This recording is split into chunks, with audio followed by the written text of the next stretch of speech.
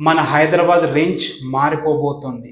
ప్రపంచంలోని top 10 metropolitan సిటీస్‌లో చోటు దక్కించుకోబోతుంది. నిజమండి బాబు. అతి త్వరలో లాస్ ఏంజెల్స్, బీజింగ్ లాంటి గొప్ప నగరాల లిస్ట్‌లో మన హైదరాబాద్ కూడా చేరబోతోంది.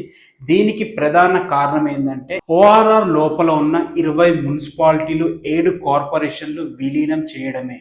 దీంతో మన హైదరాబాద్ సిటీ విస్తరణ దాదాపుగా 2000 చదరపు కిలోమీటర్లు పెరగబోతుంది. అదేవిధంగా జనాభా కూడా 2 కోట్లు పెరగబోతోంది. పాపులేషన్ పరంగా చూస్తే ఇండియాలో టాప్ 3 ప్లేస్లో మన హైదరాబాద్ చేరబోతోంది.